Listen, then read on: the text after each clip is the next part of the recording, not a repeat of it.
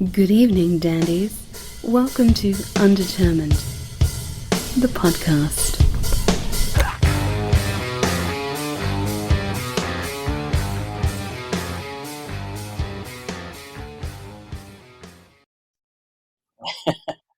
But seriously, we're so excited to have you on, man. Absolutely. Oh, cool. Great. I'm happy to be here. I'm Matt, by the way. This is John. Hello. Pleasure to meet you. I got to admit, I'm fangirling a little bit. It doesn't happen often. I try to keep my cool, but I've been a Bungle fan, my God, since I was 17 years old. Yeah. I'm much older than that now. Right. We all are. You have kids? Oh, yeah. They were raised on your shit, too. Yeah. Yeah. You know, that's the funny thing. Kids come up to me now and they're like, oh, my dad got me into Bungle. I'm like, oh, my God. Yeah. So, Yeah. I think I read that Dave Brocky from Guar said that. Uh-huh. That like he was having people come up to him and was like, hey, can I feed my kid to the monster tonight? He's like, oh, Jesus. So that was rough for him. But yeah, they were raised on, we consume a lot of Tomahawk, Fantômas, Bungle, Melvins, everything you've done, man. It's just like you're one of my favorite bass players of all time. You're a part of a lot of very closely held favorites. Oh, yeah. Cool. I always appreciate that. It always surprises me when I hear it from different places. So I'm happy to, I'm here to help. Oh, thanks. Well, we appreciate that. Yeah, you helped me through a lot. And yeah, places. I mean, we're pretty far damn away from where you were. Matt's in Kansas City. I'm in Columbia, Missouri. Okay. I was actually going to ask if where you guys were. Yeah, flyover country. Right on. My dad actually was originally from Missouri, from tiny little town, I guess south of St. Louis, middle of nowhere farm town somewhere. Oh, Yep, that's where we grew up, was middle of nowhere farm town in southern Missouri. yeah. Oh, wow. Springfield. Yep. Actually, he was from a tiny town near there called Birch Tree. Oh, no way. You're shitting me. My stepdad is from Birch Tree. Wow, that's incredible. Yeah, he passed away a couple of years ago, but I have spent a lot of time in Birch Tree. That's crazy. Wow. I've only been there once. I went there, I think I was 16 or 17. It was a family reunion. And we went out there, and I, of course, was right in between crossing over from glam metal into speed metal, basically. Uh-huh. So I had like hair down in the middle of my back, and I was wearing like red parachute pants, and yeah, I showed up in Springfield, Missouri, looking like that, and everyone thought I was a girl, because I have a youthful face apparently, and we hung out. Had this hillbilly picnic. Nice. It's a picnic. Yeah. I just made that up. I used to DJ a lot of like wedding receptions. Uh-huh. Oh my God, some of the hillbilly wedding receptions that I have done. It is insane. Like literally, I have been at weddings where the groom didn't even think to take the chaw out of his mouth. Right, wearing a ball cap and shit kickers and yeah, amazing. Yep.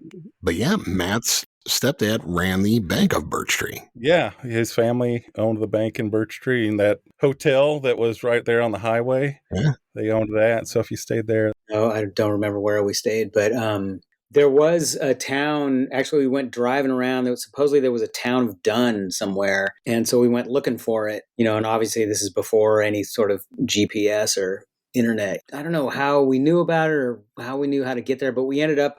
We found what we thought was the geographic coordinates, Right. and all we found was what looked like a burned down bar. They're like bar stools and like charred remains of a building that burned down, which was probably a bar. And like, well, I guess this was the town of Dunn. huh? Hmm. That wouldn't surprise me. There's lots of little towns that are no longer there in that part of the state. Yeah, ghost towns that they've never updated the map on or anything like that. Right. Yeah. But you grew up in Eureka, California. Yeah. How was that? Speaking of ghost towns, I mean, it's not a ghost town. It's an actual town. There's like a couple malls and stuff, but I'll tell you something. After several years of touring, I go back all the time. My mom is still there, and I've been going back there at least once a year my whole life, So I still have this connection there, and I still have a couple friends there, actually. I don't know, at some point after doing a bunch of touring, over the years, I was driving into town it was probably like Christmas or something to see my mom, and just, driving down the main strip where there's all these chains, all these like, fast food or, auto body shops, all these familiar chains that you see everywhere in America. Mm. And all of a sudden I had this like breakthrough or whatever, where I thought, oh my God, I grew up in like any shithole USA town. Like, Yeah. I mean, it just looks like any other town. Mm-hmm. Easily consumed. Yeah. I guess I never knew that growing up there. I mean, it's a very easy place to talk shit about, and I probably shouldn't do that because there's actually a lot of beauty up there. The forests are amazing, the coastline's incredible, and Oh yeah, yeah. there's a lot of weird kind of artistic people that come out of there and are still there or whatever. Yeah. So I still like it a lot, but actually it's also scarier than it used to be, Uh-huh. and that's probably because of meth, Yeah. But I mean, growing up, it was just, there wasn't much there. There was a couple really small record stores, and I was fortunate to have a couple good music teachers who, were encouraging and inspiring. And I just I didn't do that much there other than hang out in my room and practice. So. Right. Yeah. Most of those good music teachers in college or in high school, or Actually, high school, there were a couple teachers, which was kind of amazing. I mean, actually had a music theory class in high school. Wow. Which is where I met Trey in that class when he was like 15 or something. I was maybe 17, I guess. And then we played in the big band together. Trey was playing trumpet in that band, and I was playing bass and learning how to play jazz and stuff like that. And the teacher in that band was really great. I'm actually still in touch with him. Oh, cool. Actually, my very first bass teacher was a guitar player who taught at the local music store, and he was like totally great. And unfortunately, I found out like, I don't know, 10 years ago that he passed away, and I hadn't really been in touch with him. So I was kind of really regretted that, because that guy changed my life, Wow. But yeah, at an early age, people who were just encouraging and, made me want to go practice and made me want to get deeper into music. Yeah, that's got to make a huge difference. I mean, I know it did for me in art. I grew up in Northern Illinois, but in a very small hick town as well. But we had a teacher from Chicago who worked on Museum of Modern Art board. He's introducing us to like Mapplethorpe and all kinds of shit that would make our parents really mad. Yeah. Right. But it stirred something in me for, doing, visual art. Yeah. I had actually me and Trey and Mike, all who, the three of us started Bungle in high school. We all had this one English teacher. I think Mike had him first. The story was that Mike walked into the classroom, this, metalhead, and the teacher was like, oh God, this kid, what's going to... Right. And of course, Mike turned out to be his best student, because even at that age, we were all into like reading fucked up shit and like really getting into it, I mean, it didn't have to be fucked up, but just like interesting stuff, and not the Hardy Boys. Yeah, exactly. Right. I think Mike actually got into Marquis de Sade in that class. Wow. And then when I got in there, this teacher knew I was friends with Mike, and so he already knew I'd be into it, and so one of the main projects of that class, it was like a year-long class. I think it was like 4 semesters or however you divide it up. It was my whole junior year or something. You had to pick an author at the beginning of the course and stick with that author for the whole year and like read everything and do character analysis and all this stuff and really dig into his books. And so the teacher passed out this list of all these authors, and people are picking out like On Human Bondage. What was that? Who was the author of that? That was like, I don't know, all these classics. Right. For some reason, he came up to me. He's like, hey, you might want to check out this guy, Jerzy Kosinski. Who wrote The Painted Bird and like some of the most debauched, fucked up shit ever, Right. And he's like, but you're going to have to get a letter from your parents to allow that, So I was like, hell yeah, and so I went home and my parents were totally supportive. They're like, yeah, cool. If your teacher thinks it's cool, that's great. Wow. So I read all of his stuff, and, I just recently reread The Painted Bird, actually, which I hadn't read in years, and it's still pretty gnarly. Yeah. But anyway, the music teacher that I'm still in touch with, he, I always, whenever I see him, I'm like, man, thanks for everything you did for us, blah, blah, blah. And he's always said, I didn't really do much. I just let you guys do your thing, and which I think is huge, actually. Yeah, it is. Yeah. Well, and just encouragement of that free thought and experimentation. And yeah, totally. And those introductions, I mean, to people you've never heard of or anything else like that. Oh, yeah. God, yeah, so much stuff. Yeah, it takes some sifting through, but yeah. Yeah. Seem to find your groove, that's for sure. Yeah. Who are some of the classics as far as like a bass is concerned that, you studied, you really got into? Well, my first teacher got me into kind of like the standard stuff, like Stanley Clark was one of the first guys, and Jocko, of course. Oh, yeah. And I had another bass teacher. That first teacher I had, he moved to LA at some point, so then he recommended the bass player who was in his band in Eureka. So I started taking lessons with that guy, and he made me a cassette tape. It wasn't labeled. One side of the cassette tape was like beats from a drum machine, from like this easy drum machine, at just different tempos, and it was just for me to practice to. The other side was all these kind of excerpts of mostly kind of funk songs, and I didn't know what any of it was.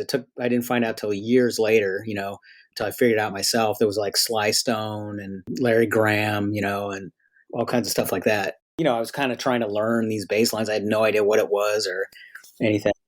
So yeah, all those guys. And then my band teacher in high school was getting us into Charlie Parker and Miles Davis. And so then, of course, I started checking out like, Ray Brown and Paul Chambers. And I really got into Ornette Coleman pretty early. And also Bill Evans with Scott LaFaro. I was super into Scott LaFaro just because he was, that probably wasn't the best guy to start listening to as an upright player because right. He's just talking about breaking rules. He was like all over the place. So I think I was trying to play like that at an early age, which was not really a good idea. A lot of older jazz guys were like, okay, calm down, just play the roots. Right. Right. You mentioned Jocko Pastorius. Have you checked out his nephew, David? He's really good. I haven't seen him, but just a few months ago, I saw his son, Felix. Oh, okay. Yeah. Play in New York here at this place, 55 Bar. It was a crazy, super choppy fusion band, and there was another bass player in the band too, who was also incredible. The whole night was kind of too many notes for me. Yeah. But I have not checked out his nephew. What's his name again? David. David Pastorius. Okay. Yeah, check him out. It's a lot of notes. It is, it's a lot of notes, a lot of tricks, a lot of tapping. Yeah. Stuff like that. But he's amazing. Yeah, cool. We were supposed to have him on. We were, and it's like he just kept jumping into, doing shows, and we'll get him on soon. I mean, I talk to him every once in a while, but yeah, he's amazing. Right on. I hate to say that it's a lot of tricks. I mean, he does a lot of tricks, but he's also just a really good groove player too. Yeah, well, I mean, I don't want to discredit any of the trickery. I think it takes as much physical practice as anything, Yeah. And it is what it is. It's not necessarily my thing. And also I'm so old now that I'm starting to play slower and slower all the time. Yeah. Yeah, I hear you. I start switching my guitar over to clean a lot more. Just to, and tuning it like in standard. Yeah.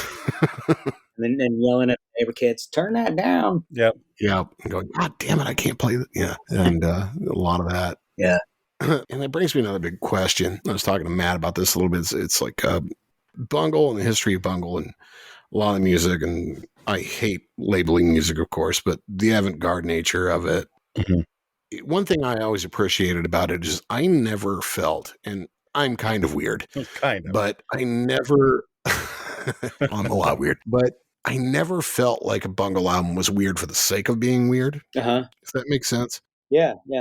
And, I just wonder, did you ever feel at a time when you're writing a record, it's like, okay, this is arbitrary, or this is just weird for the sake of being weird?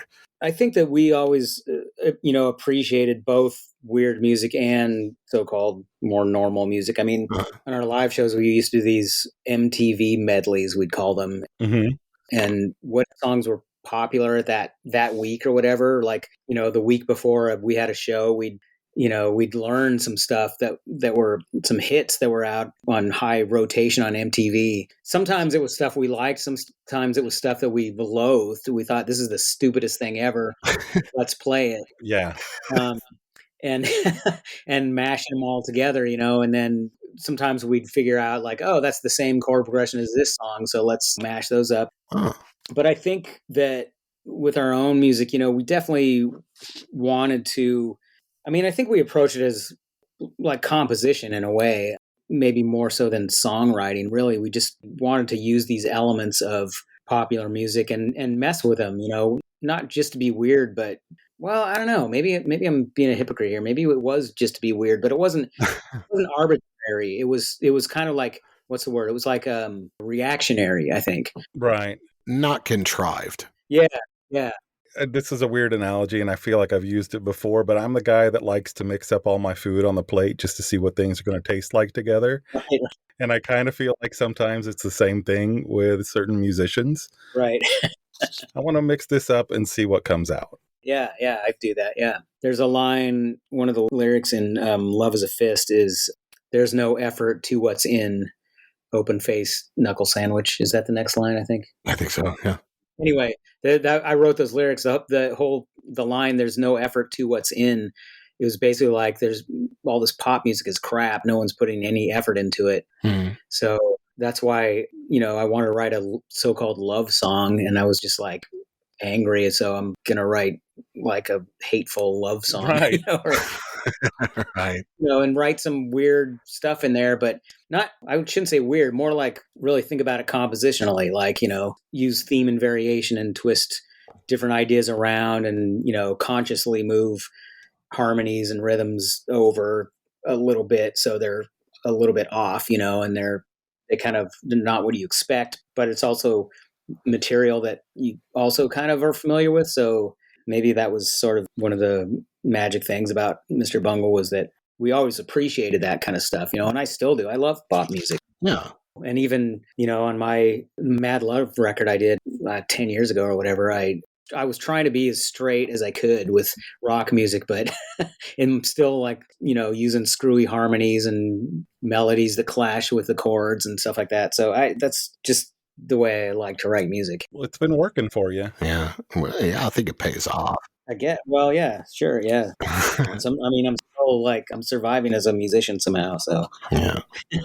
But yeah, like one of my favorite lyrics of yours is my art imitates crime.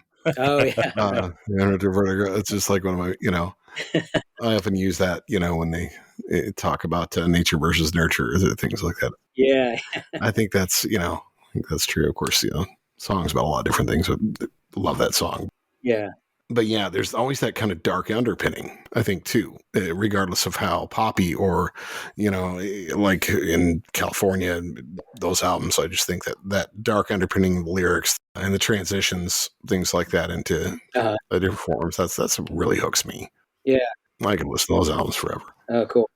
I was just going to kind of tell on myself and kind of bring up, you've got the new project right now, Sperm Church. Yeah. I just released it. I started my own label in order to get it out there. Yeah. Which, it seems like a really smart idea during the middle of the end of the world. Like, hey, we need a new record label. That's what we need. Yeah. But I don't know. I needed to get it out there. So yeah. Oh, I dig it. For sure. I really do. So the thing I was going to tell on myself with, and I this is more about me than anything else, but I was listening to it. I was just catching like, oh man, there's this kind of bellish sound that's going on in there. And I was really just always trying to be open-minded when I'm listening to new stuff, especially when I know it's somebody such as yourself that really kind of likes to push boundaries and play with things. Uh-huh. So I'm like, I hear this bell sound. It's really cool. What's going on with that? And then it was carrying on to the next song. And I'm like, and that was, man, it's just really rhythmic. And what's going on here? It was the fucking wind chimes outside my window. I love that it blended in, I've been like, wow, what is this? Why is this note in this song? And then I realize it's, someone's car alarm down the street, Right. I was trying really hard to figure it out. Yeah. What does it mean? Is there a theme going on here? The bells, the bells. Goes through the whole record. Yeah. Yeah, I mean, that music is really, I can only take partial credit for it because the Sanity, the electronic musician, Yeah. it's all 90% her, really. And she's got a really incredible sense of rhythm. And I don't know, I learned a lot from her about rhythm, actually, and things you can do with it. And that's why this project is so different from anything else I've done. I was on board and like, yeah, this is not something I'm used to doing. And It's not like I'm trying to put out, I'm always like, I need to cover every genre or something. It's just like, I want to do something that I haven't done before, Right. Sometimes I shop for food that way. I'll go to the grocery store. I'm like, whoa, what is that vegetable I've never seen before? Right. Try it. Yeah. Exactly. Right. Ugly fruit. Yeah. Or going to see, bands. I like going to see bands I've never heard of and just being pleasantly surprised or pleasantly disappointed. Whatever. Yeah. Any pleasant surprises, like musically recently? I haven't actually been going out to see that much live. Or just stuff you've listened to at home, even. I'm constantly discovering stuff online. Actually, speaking of electronic music, there's this guy I know in Berlin. He's Italian. His name's Andre Taigi. It's Taeggi. He's kind of gone through various phases. I mean, he's, fairly young guy, but he's gone through various phases in his career. And like, I think right now he's doing like a sort of like analog dubstep. Okay. Solo set is kind of his thing, but I recently got a couple of his records. One of them, I have no idea what it's called because the whole thing, he actually gave it to me. That's the only reason I know it's him. But the cover, it's vinyl. The cover's black. The label's black. There's no writing on it. Like it's nice. It's like a marketing disaster. But I mean, it looks really cool, and it's kind of, I don't know. It's kind of more of a sort of a noisy thing in a way. Mm-hmm. But he's someone that, I don't know, I've heard a few of his things that I really liked, I went down a rabbit hole on Bandcamp not too long ago. Mm-hmm. Oh, that's easy to do, isn't it? Yeah, we do that all the time. Actually, it was when I was looking for a label. I was kind of exploring all these different electronic music labels and, having my mind blown left and right. And I don't know these artists. I don't know much about them. But I wrote them down just for myself to explore more. One of them is called RXM Reality. Okay. Another one is Grisha Lichtenberger. Okay. Rischa is the first name. I'm not sure if that's a man or a woman. Man from Seoul, SOL. Mm-hmm. Care, Carre. That's another one. Okay. Well, all of you, I hope you appreciate that bump. We'll be checking these out too, for sure. Yeah, no, I will. Yeah, I used to write them down as I did the show, but I was like, I'll go back and listen. Yeah, because you don't want to hear me going CA. Yeah. Did you say that again? Yeah, we're friends with quite a few Bay bands too. Oh yeah, yeah. Maybe you are familiar with some of them. Griddle. Yeah, or no Griddle. I'm not too familiar with anything currently out there because I've been in New York for like 20 years. So has it been that long? Yeah. Well, they're not that current. I mean, they were out. There were some like Mike Silverman, that one guy. Oh yeah. Yeah, he was like one of our first guests on the show. Mm-hmm. Yeah, we talked about Bungle for a while. He's a huge fan of yours. Oh, nice. And, the Fabulous Hedgehogs. The guys in Psychofunkopus. Oh yeah. From back then. Yeah. In Bay shows. That was around the time you guys moved there. Yeah, I moved to San Francisco in 92. Trey and Mike had been down there like a year or two before me. I decided to stay and get my college degree for some reason. Lame. But yeah, early 90s we were down there, which was huge for us, like coming from Eureka. And now, San Francisco is the big city for us. And yeah, I mean, God, the record stores in that town and not, well, San Francisco and like Berkeley, actually. There was Amoeba. Yeah. Rasputin's, Virgin Tower. Cody's was a bookshop, which was right there. We'd always go in there too. Oh. Yeah. It was great. We'd go, let's go record shopping. Let's hit 5 stores on the same block, Yeah. Yeah. Well, growing up like in a small rural community, I know John and I have talked about, when we got to go into a bigger city and getting to hit the music stores, that was so fucking exciting. Oh my God. And expensive. Oh yeah. Yeah. You walk out of it with like a box of records. Yeah. Yeah. And we were broke and young. Yeah. Of course, I was, as friends with Matt and his younger brother, and both of them were DJs at some point in time. So I'd always go with his younger brother, I'd go to the radio station and get all the demos. Yeah. That they were not going to play. This is like a classic rock, Eddie Money type station. So they get shit from like Thrill Killed Cult, and they get shit from all sorts of these like crazy bands that I just, I think that's how I first heard like Typo Negative and some other things. Just like, you want this? Yeah. Fortunately for us in Eureka, Mike actually worked at the biggest record store in Eureka, and at a certain point he was actually ordering shit. That only just he wanted to hear, and of course nobody else was buying it really, and Yep. and he a lot of times he'd get this bunch of all these new metal records or whatever would come in, and he'd bring them over to my house. I'd tape them all, and then he'd take them home and tape them, and then he'd take them back to the store and shrink wrap them again. Rewrap them. Yeah. Oh yeah, man, Mint. Yeah, never been played. Yeah. You got to be creative, though. I go into the library. Totally. I did that in college. There was like a listening area. I'd have assignments from music theory class and go find vinyl, and then when no one was looking, I'd go over to the other booth and grab the tape deck. Yep. And bring it over and hook it up and tape the whole record. I mean, I still have some of those tapes of all kinds of obscure, 20th century composers. I mean, I learned a lot from that. Sometimes I'd get assigned, you listen to this famous Schoenberg piece or whatever, and then side B was some American guy taught at Louisville, Kentucky, and there's that series of is it Louisville? Is that do I have that right? Yeah, there's a record label that put out all these composers that taught there basically. So it's like these unknown guys, got lucky and got one of their pieces on a Schoenberg record. So, and a lot of times those pieces were better. Right. Well, if we can turn you on to anybody. Yeah, please. Black Site Records out of Kansas City. Oh, yeah. Great label. Great people. Yeah. Forbidden Place Records. More doomy shit. Dungeon Weed. You should check out Dungeon Weed. Yeah. They're from San Francisco. Chris McGrew from Griddle and Dimitri Mavra. Okay. Dungeon Weed, Mind Palace of the Mushroom God. Nice.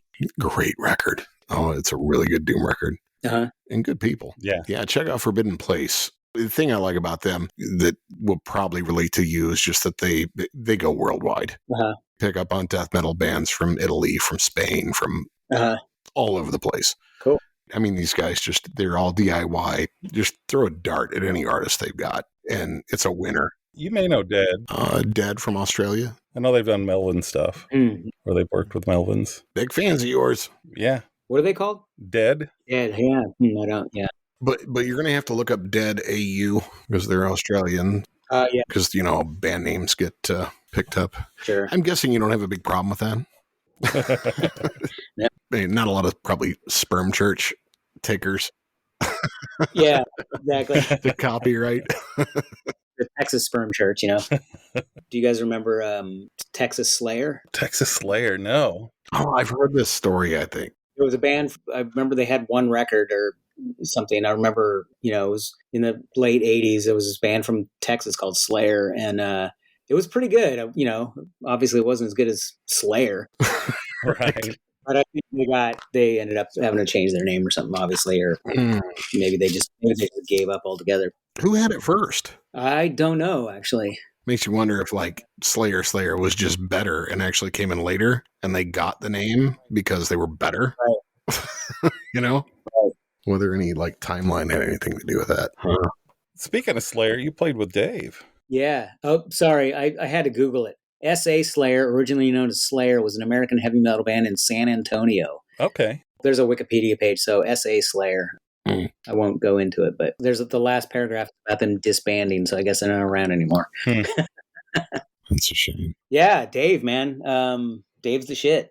No shit, he is. Yeah. I needed to even say that. I first met Dave in Fantômas when Mike put that band together, and I remember Mike and I had been talking about starting a metal band. We had been in a while since we'd played metal, and we were just kind of feeling the urge to do it again. And we just kind of had this conversation, let's start a metal band. And the next thing I know, he's got this demo of the whole first record, which was basically all these crazy pieces that he composed. Mhm. And I mean, it's basically a completed project. And then he's like, who are we going to get in the band? I'm like, fuck if I know, And he said one day he's like, he was just looking at his record collection. He thought, man, I'm just going to go for it. I'm going to call Buzz and Dave. And I remember he told me that. And I just remember thinking, yeah, good luck, And then, next thing you know, those guys are showing up at the practice space ready to go, and I remember those were really kind of exhausting rehearsals for that first record. I think we were rehearsing for a live show. We rehearsed for like a week or maybe even longer to get ready to play a live show in San Francisco, which we could barely get through. Yeah. And then went into the studio and recorded it. So they were really exhausting rehearsals. We were rehearsing like, I don't know, probably 14 hours a day or something. And I just remember being exhausted, and then we'd kick into a tune and Dave was just like always 100%, just always on, like, and you could just feel those bass drums in the floor, and you're like, okay, I'm awake again. I'm awake. Right. Like, I don't even have to be listening to him to be feeling that right now. Sure. Yeah. So, I mean, he's still like that. He's just got this energy that's unbeatable. Yeah. He's a total sweetheart too. Awesome. Really great guy. They call him AD Dave. Yeah. Whew, keeping on your toes. Yeah, that album, I mean, in general, it had to be exhausting to play. Yeah, a lot of work. The rumor about that is that it goes cell by cell with like the comic. Is that true? I don't know. I don't think it's literal. Yeah. It's Mike's music, so he would know better than me. Yeah. I think it's more, the graphics on the record are kind of just more conceptual, I mean, Okay. The concept was like comic book style music. Mm-hmm. I mean, I'm sure there's a way if you got, you could probably do like a Dark Side of the Moon, Wizard of Oz, probably figure some pattern out. Sure, But you can probably fill anything in your head. Yeah. I'm sure someone already has done that. It also matches the Spider-Man 23. Though. I just happen to have Teletubbies on at the same Right. time. Yeah. So you got to wait. That's some fucked up shit right there for sure. Yeah. My youngest has been getting into that. Teletubbies? Yeah. She's like 13. She's watching and she's like, what is this? And I'm like, I don't know. Yeah. I didn't know when your older brother was watching it. I had no idea. Yeah. But it seemed to keep you calm. Doesn't now, does it? It's a little disturbing, honestly. Yeah, the whole baby sun god and shit, and the vacuum cleaner. Yeah, right. Yeah, the new. Glad those days are over. Yeah. You working on some new shit with Trio-Convulsant? Yeah. Actually, it's funny. I was just practicing my bass parts before I called you guys. I'm recording the new Trio-Convulsant record in January, but it's not just a trio. It's the trio enhanced with a chamber quartet. Oh, wow. Okay. So going to be the same, the focal point is still the trio, which is me, Chess and Mary. And then there's also going to be bass, clarinet, flute, viola, and cello. Oh. Huh. Yeah, it's kind of the biggest group I've ever written for, really, my own thing.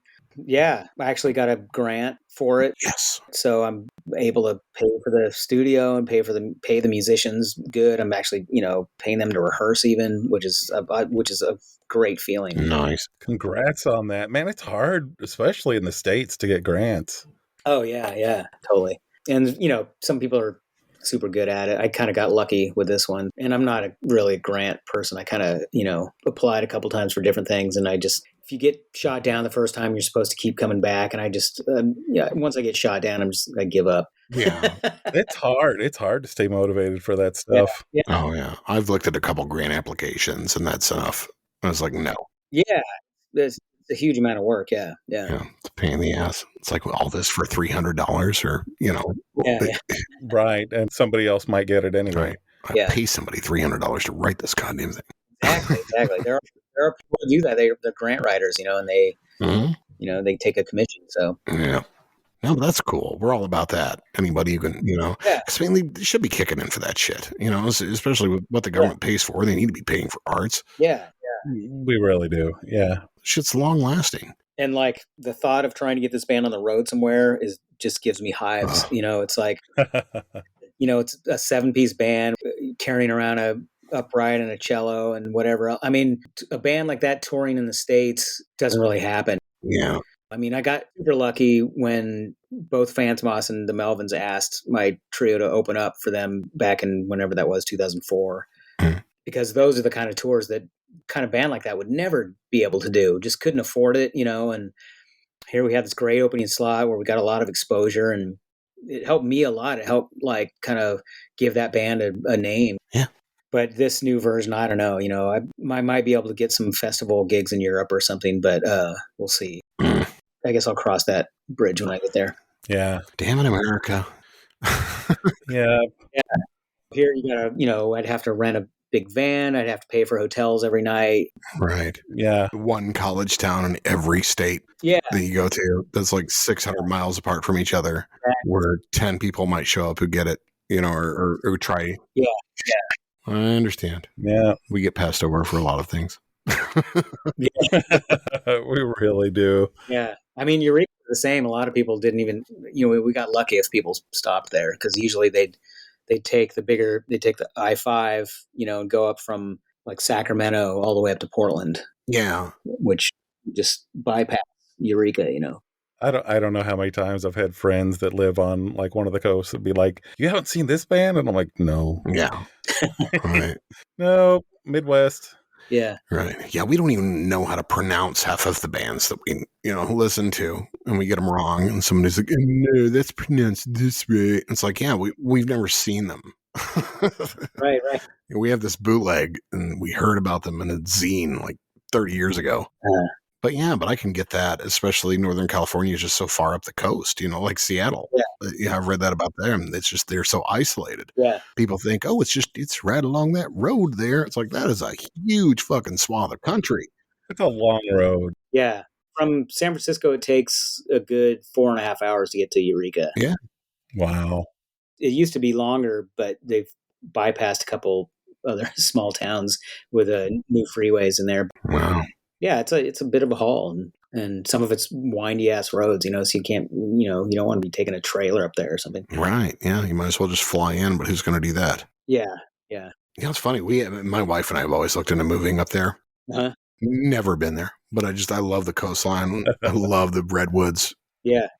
I really like to live in Mendocino, but I don't think we can ever afford to live in Mendocino. Yeah. Ever again. Yeah. I think that's out. Unless, maybe this plague will wipe out half the population. Maybe. Goodness. They'll need somebody to do something there. To have a podcast. Yeah. You could relocate to Murder Mountain. Oh, yeah. There we go. Yeah. You know that? Have you seen that series? I did. Was this the one with the Bigfoot too? Or it was the same one? No, that's another. That one's. I think that one's called Sasquatch, which is a similar thing. Yeah. About the Emerald Triangle. Yeah, but there was a series. I think it was on Netflix. I can't remember. Okay. But it's a six-part series called Murder Mountain, which the people living in the town that got that nickname, I think, are not very happy about it. But I bet not. But it's a super remote. It's the middle of nowhere, off the highway to the middle of nowhere. It's really, you got to make a serious effort to get there. And that's partly why there's a huge weed industry has been there for years, since the 70s probably. And once the feds got involved, and then, I don't know, there's all kinds of sketchy shit that goes on. The premise of that series Murder Mountain is there's a lot of people go missing up there. Right. Huge amount of cases of missing persons, and it's an easy place to disappear. Sure. Better for worse. Did you guys have a lot of mythology about that growing up? I mean, especially when, laws weren't as tolerant as they are now. I didn't really know about that. I knew kind of the basic area where weed was grown. And I guess I'd heard stories, but I don't know. Yeah. Eureka is like the big city compared to that area. Right. There are probably other mythologies. Yeah. Like, UFO abductions. Well, we like talking that shit too. Absolutely. Yeah. Yeah, we've had a few guests on in that regard. Yeah. Tom Whitmore from MUFON and Dr. and our new friend from the other Undetermined podcast, which we were going to sue her, but we decided to just have her on instead. Yeah. Our numbers.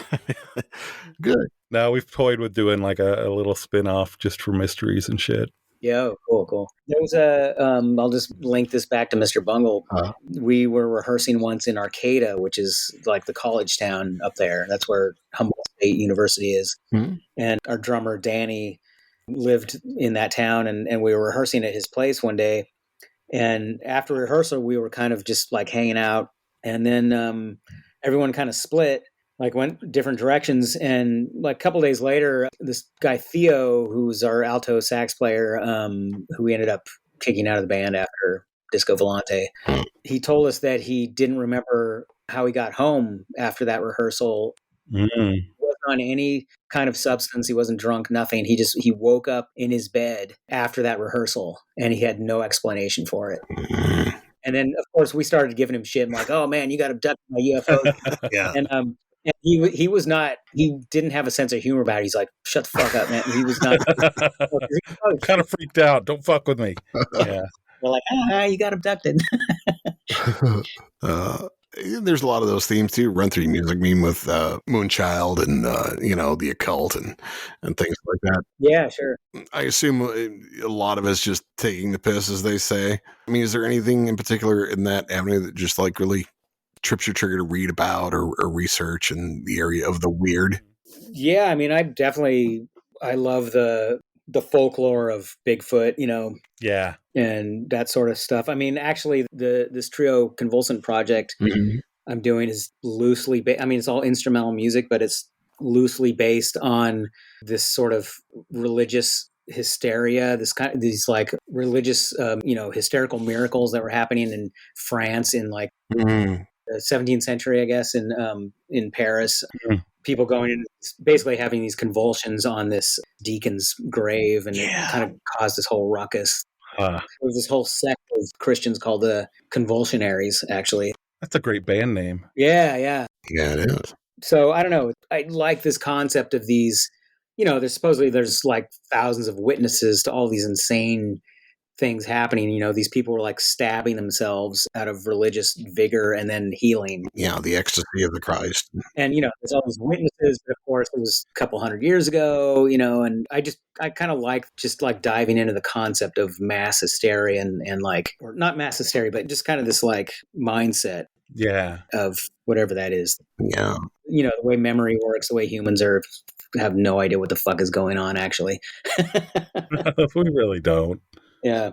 And I think that's a thing that's just so funny, is we view that as cultish and weird when it's talking about something like witchcraft, but when we're talking about a major religion or something that just off the chain. Yeah. When you talk about the stories or whatever, it's the number of acceptance. It's like the difference between a cult and a religion is really how many members there are. Yeah. Right. And it's really just about humans dealing with what they don't understand. Yeah. So which is mostly death and the afterlife, and and I'm totally down to explore those concepts, and kind of study them or whatever, and I think deep down all of us are fascinated with that. Yeah, I think so. I'm not convinced anybody is over 100% convinced of what's next. Right. And everybody I've met who doesn't want to entertain it just doesn't want to entertain it, if that makes sense. Yeah, they're afraid to. Right. Or really dig into it. But, I just kind of sit back and laugh a little bit, but also fascinated. Yeah. At the same time. I don't have television, but whenever I'm at my mom's house in Eureka, I always end up watching those Bigfoot hunter or, ghost hunter shows. They're always great until they all end the same way, which nothing ever happens. Right. There's never a money shot. Those shows are just like the masters of suspense, Yep. Yeah. Tune in next week where we don't find shit either. Yeah. Yeah. We've had a number of Bigfoot conversations on that podcast too. Yeah. You familiar with like the Legend of Boggy Creek, the old kind of cult classic film? Bobby Creek, huh? I don't think I am, no. It's one of the earliest like Bigfoot films I think ever made. Yeah, like 72. It was kind of a game changer. Yeah, it really was. But our friend Aaron, who's an opera singer, he's a pretty interesting cat. Mm-hmm. But his family was like very intimately involved in the making of that movie. Oh, wow. Yeah. His father produced that movie. Mm-hmm. Yeah, it's a really cool one. You can check it out. I mean, that's and actually cinematography is like really amazing for the time. Yeah. And it was a total DIY project. Yeah, cool one. But yeah, dig me some anything influenced by witchcraft. I'm going to go on the record. Yeah. I like this stuff. I've been checking out a little bit of magic recently. With a K. Yeah, CK. I kind of got into this guy, Damien Eccles. Yeah. And, been reading his book and actually started meditating, a year and a half ago or something. And it has this image of this kind of like darkness, I guess, for lack of a better word. And the more you get into it, the more it's like, oh, this is just, it's energy work. Right. He got ordained a Buddhist when he was in prison on death row, so. Oh, wow. And then kind of developed his own style later. But like, why is the image of Buddhist like this peaceful, non-moving figure, whereas the person who practices magic is like the dark lord of, Right, because one feels safe. I guess so, yeah. Well, one's the Eastern tranquil thing. Yeah. But, that's a funny thing. It's like even the early encampments of like the Church of Satan and things that went on in the 60s in California, they didn't even believe in the devil. Right. They were kind of mocking it, and they were saying that, it was all kind of an empowerment of the people. Uh-huh. And Crowley even says the same thing. Well, I don't know. He goes back and forth his beliefs. Crowley was a weird dude. Yeah.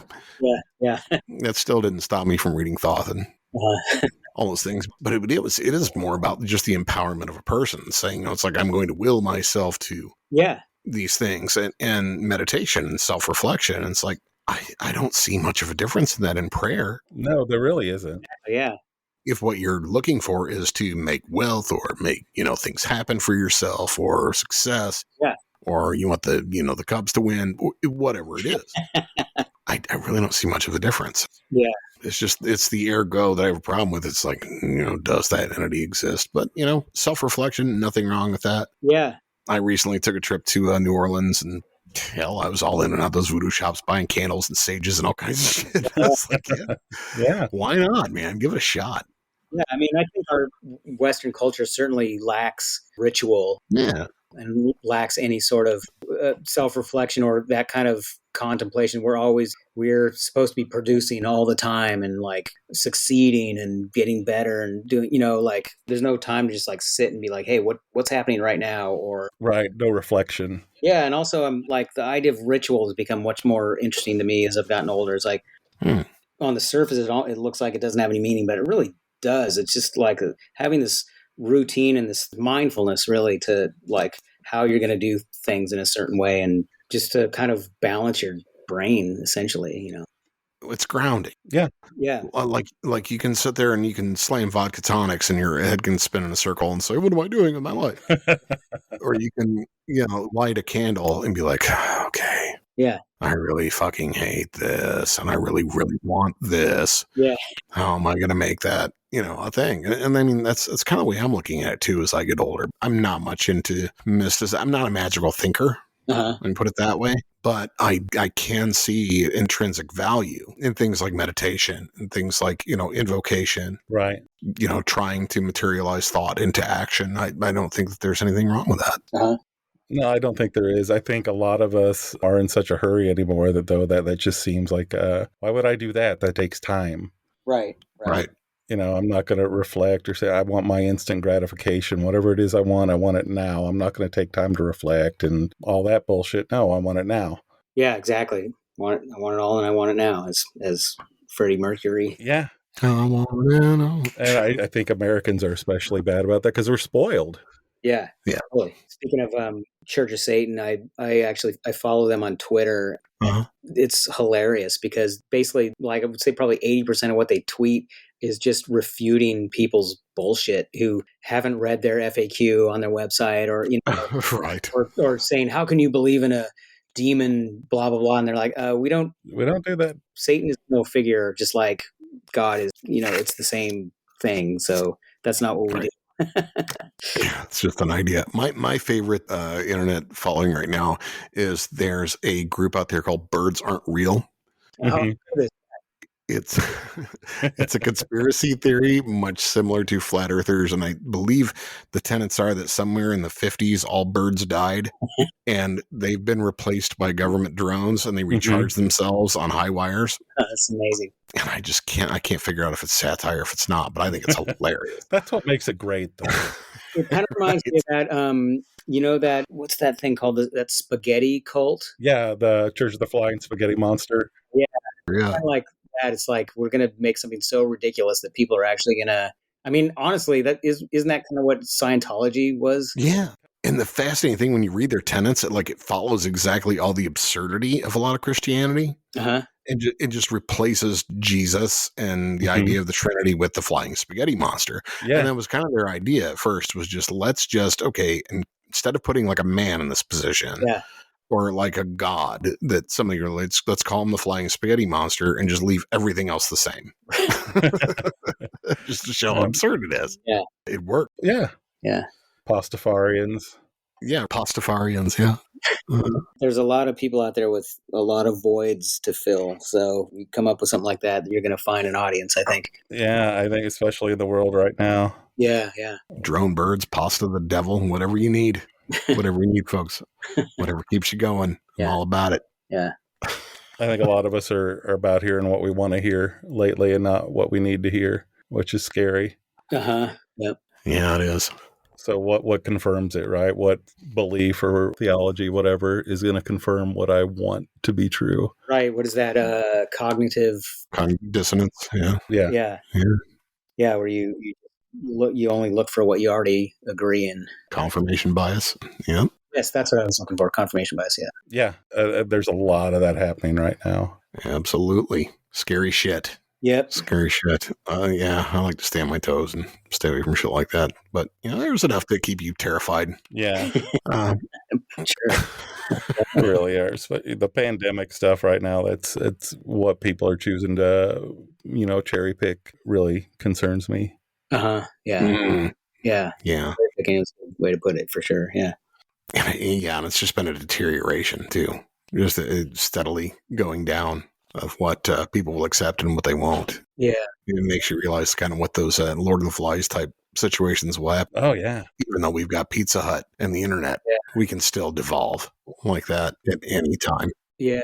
I do think there's a lot of, I don't know if we've seen it that much, but I think that, just being isolated as much, for me, it hasn't been a problem. Like that was one thing I really enjoyed about the last year and a half is like being isolated. It's actually been great for me in a lot of ways, but, I think some people have not dealt with that very well, and it's reflecting on them. It's reflecting on their anxiety and what they're looking for to ground themselves. When they are not having that social interaction that they had before. Yeah, it's tough. Yeah, I think that was still the scariest thing for me was just within like that first month, and I was riding it out okay. Yeah.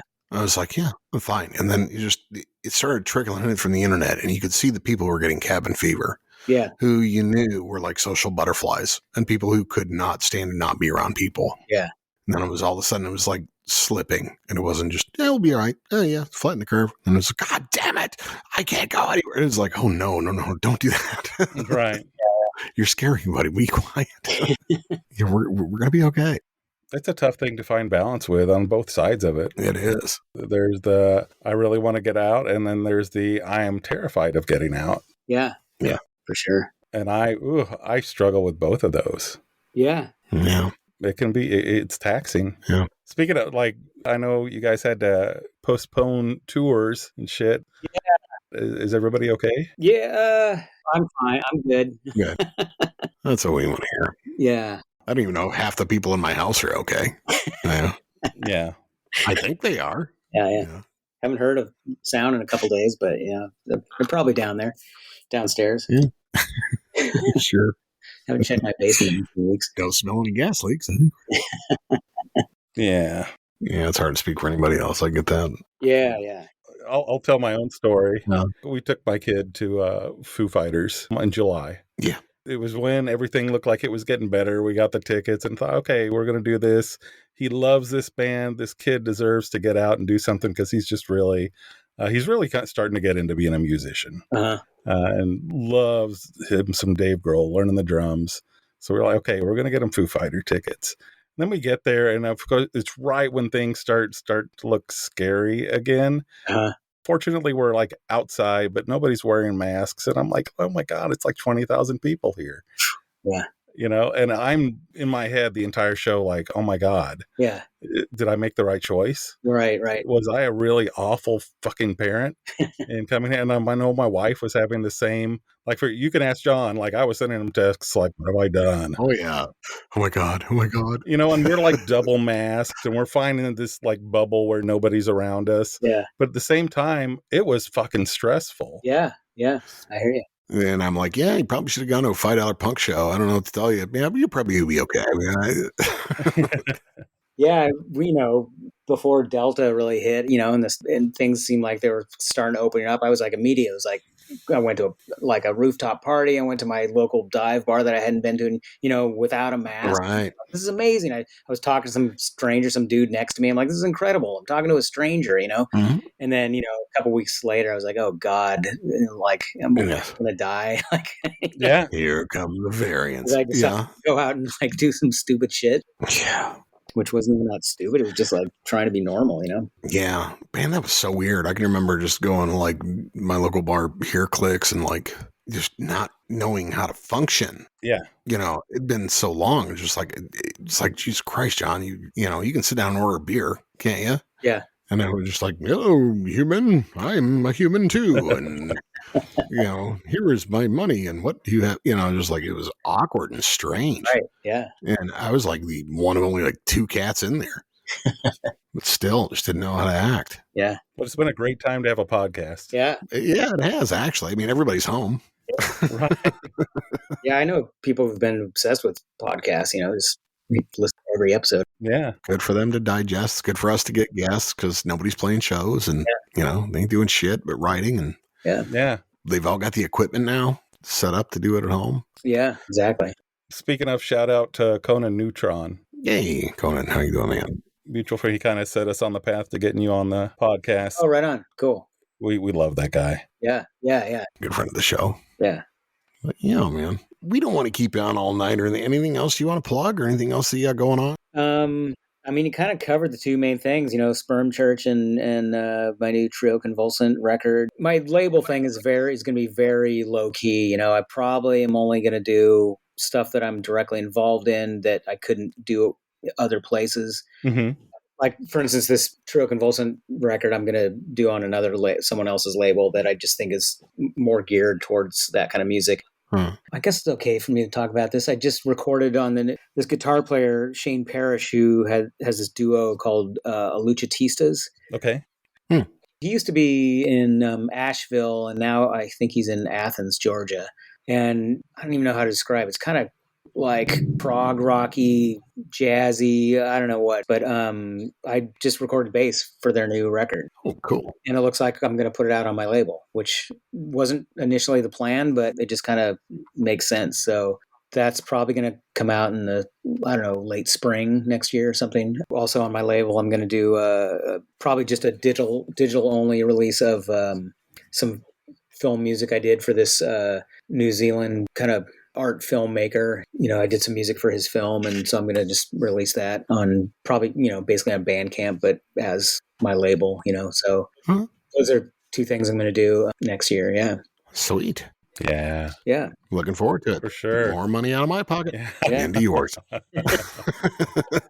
And seriously, anytime you want to come on and pimp anything, let us know. Cool. I will. Yeah. I'd love to have you back on sometime. Yeah, absolutely. Right on. Yeah. Well, thanks for the casual conversation. Yeah. Oh, you bet. We don't like to put anybody through the ringer. We like to have fun. Yeah, it's a cool way to operate. Oh, right on. Thank you. It works for us. Yeah. Yeah, it does. All right, everybody. You've been listening to Undetermined the Podcast. Special guest, Trevor Dunn. Yeah. Trevor, thanks so much. It's an honor and a privilege, man. Everybody have a fantastic week. Stay safe. Eat your greens. Eat your greens. Worship Satan. Yes. Thanks, Trevor. You bet.